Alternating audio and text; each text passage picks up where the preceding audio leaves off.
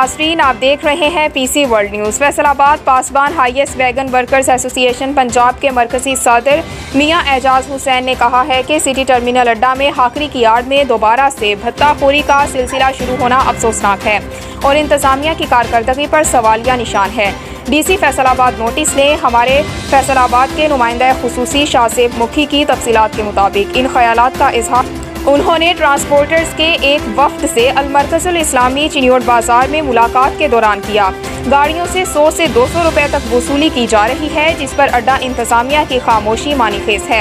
यूँ महसूस होता है जैसे सब कुछ अड्डा इंतजामिया की इमा पर किया जा रहा है। सिटी टर्मिनल अड्डा ज़िले इंतजामिया का बेहतरीन मंसूबा था, जिससे मुसाफिरों को सस्ती और बेहतर सवारी दस्तियाब होती और गरीब ट्रांसपोर्टरों को प्राइवेट अड्डों की लूटमार से भी निजात मिली। अड्डा से डिस्ट्रिक्ट गवर्नमेंट को योमिया भारी रकम का रेवेन्यू मिलता है, लेकिन एक अरसे से कुछ मुफाद परस्त प्राइवेट अड्डा अनासिर सिटी टर्मिनल अड्डे को तबाह करने की कोशिश में लगे हुए हैं, जिसकी शदीद मजम्मत करते हैं और DC और अरबाब इख्तियार से मुतालबा करते हैं कि भत्ताखोरी का फौरी नोटिस लिया जाए और अड्डे की बेहतरी के लिए इक़दाम किए जाएँ। बिस्मिल्लाहिर्रहमानिर्रहीम। आज हमारा अजलास भी हुआ है। मेरे पास हमारे जो ट्रांसपोर्टर हैं वो आए हैं। सिटी अड्डा टर्मिनल जो है वो बेहतरीन इंतज़ामिया की एक मनसूबाबंदी थी और उससे हकीकत ये है कि सवारियों को भी फ़ायदा हुआ है और हमारे जो ट्रांसपोर्टर हैं उनको भी फ़ायदा हुआ।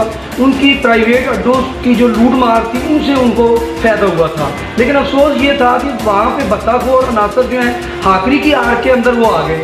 मुख्तलिफ लोग जो थे उन्होंने हाकरी की आड़ में भत्ताखोरी शुरू कर दी।